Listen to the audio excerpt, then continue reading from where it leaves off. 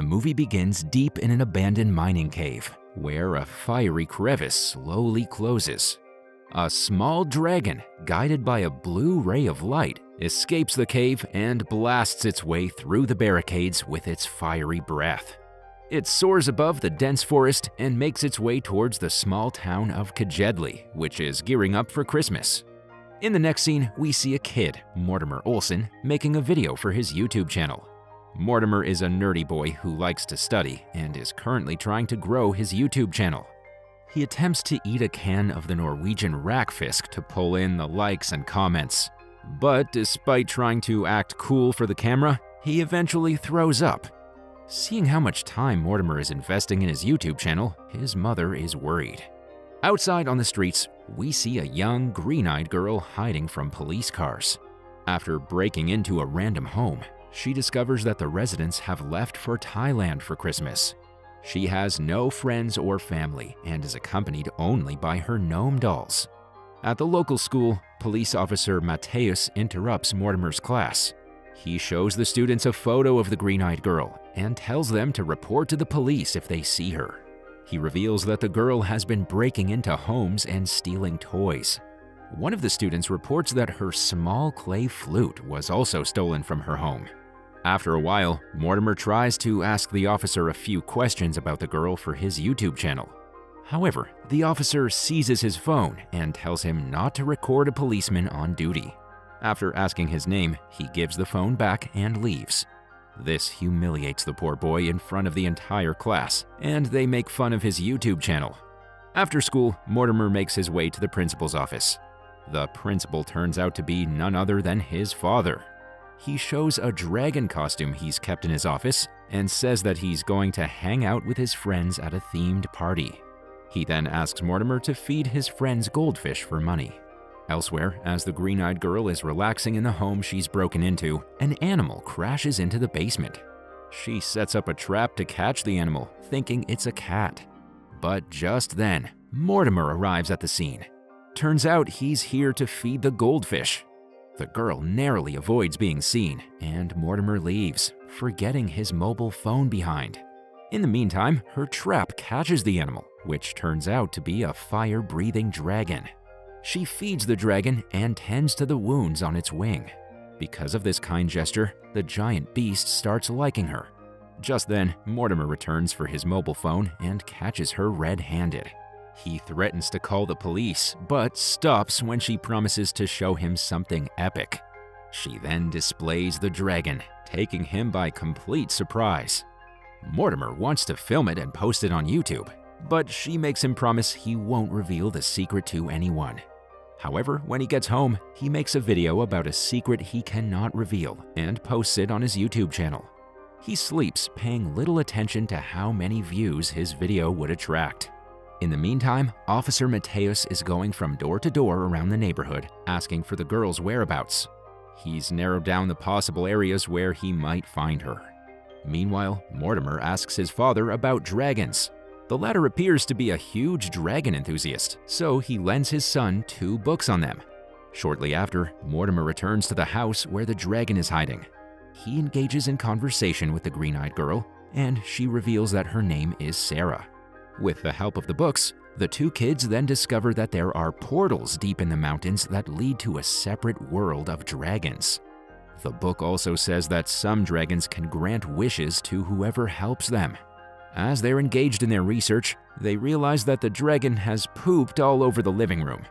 As a result, both of them have to reluctantly clean it up. Upon returning home, Mortimer is delighted to find out that his last YouTube video has received lots of comments and likes. He makes another video promising to reveal the secret if he gets 1,000 likes. The following day, Sara wakes up to find that the dragon isn't sleeping by her side. Just then, Mortimer arrives to feed the goldfish. The kids watch helplessly as the dragon eats the goldfish right before them. When confronted, it lets out a fireball aimed at Mortimer. Sara saves him, but the Christmas tree catches fire and triggers the smoke alarm. Because of the incident, Mortimer's father rushes in to check if everything's okay. Sara runs outside and introduces herself to Mortimer's father to prevent him from entering the house. Mr. Olsen is slightly taken aback by the new face in the neighborhood. Nevertheless, he invites her over to his house for dessert. Meanwhile, police officer Matthias gets notified of a fire alarm in a house whose residents have gone out. Believing that something fishy is going on there, he decides to investigate it. When the kids get back inside the house, they see that the living room is all messed up. They look around for the dragon, but don't find it anywhere. After a bit of thinking, they realize that the beast has actually escaped through the window. So without wasting any time, they start pursuing it outside. A short while later, Officer Matthias enters the burnt living room. His suspicions are confirmed when he discovers the stolen clay flute, along with Sarah's identity card that she left behind. Meanwhile, the kids track the dragon to the town center. In the ensuing chase, they wreak havoc throughout the market, bringing down the Christmas decorations. Because of Mortimer's eagerness, the dragon jumps inside the back of a refrigerated truck. The driver closes the door before the kids can reach him and prepares to leave.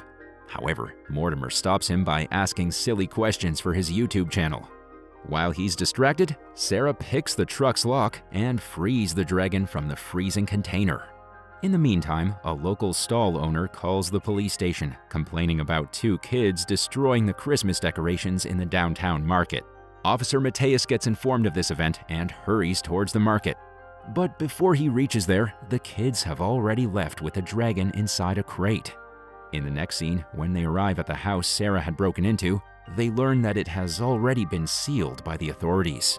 Forensic experts have found strange fecal matter in the trash can and are taking it for examination. Nervous and scared, the kids make their way to the school. Their little secret is slowly starting to unravel. Meanwhile, Officer Matthias reaches the market and inquires about what happened there.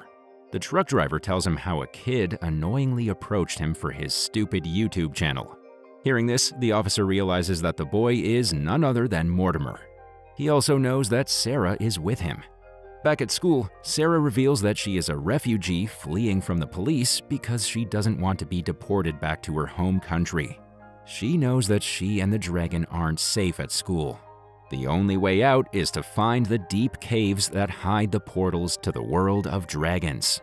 Mortimer shows her a map of the local mountains, which sit above an extensive network of caves.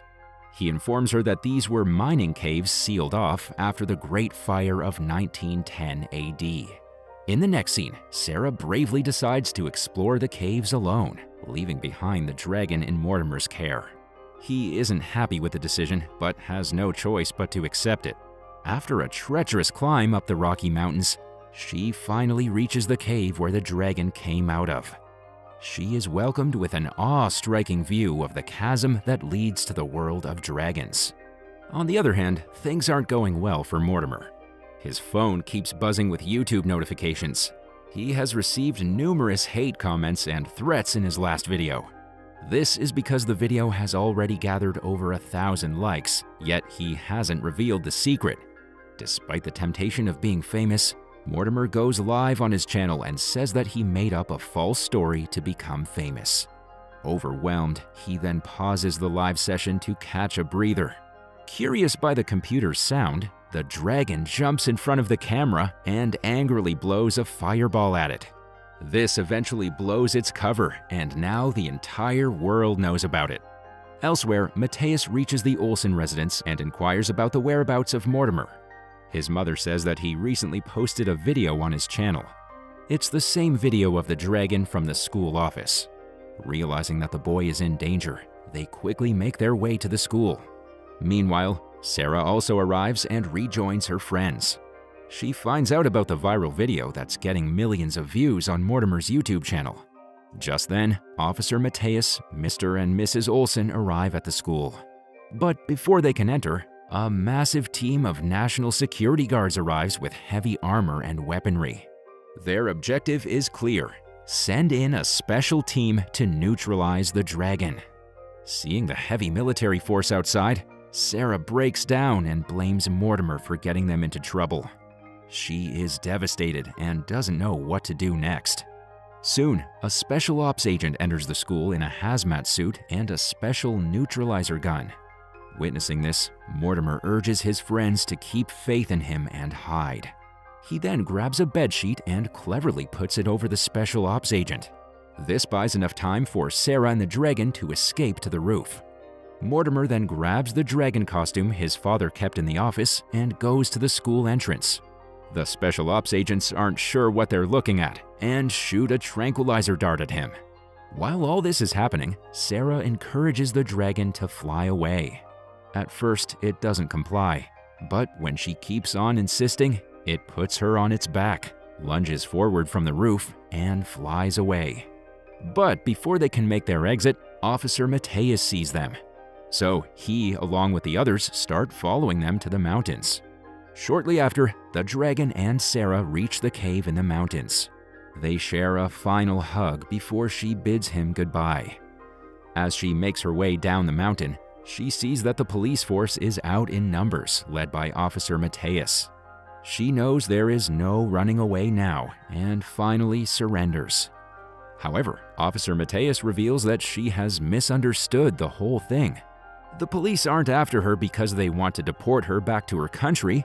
Instead, they wanted to place her in a foster home. The poor little girl finally lets go of the months of pent-up anxiety in the form of tears. Officer Mateus then hugs her and reassures her that many people are worried about her. After a while, Mortimer also arrives there with his parents. He invites Sara to spend the Christmas holidays with his family. The rule says that Sara must be returned to the police station and due process must be followed. However, Officer Mateus agrees to let her spend some quality time with the Olsens in the spirit of Christmas. In the final scene, we see Sara in the Olsen residence on Christmas Day. She lights 4 candles, wishing for enjoyment and peace for the entire world. The movie ends as we see a dragon flying high in the sky.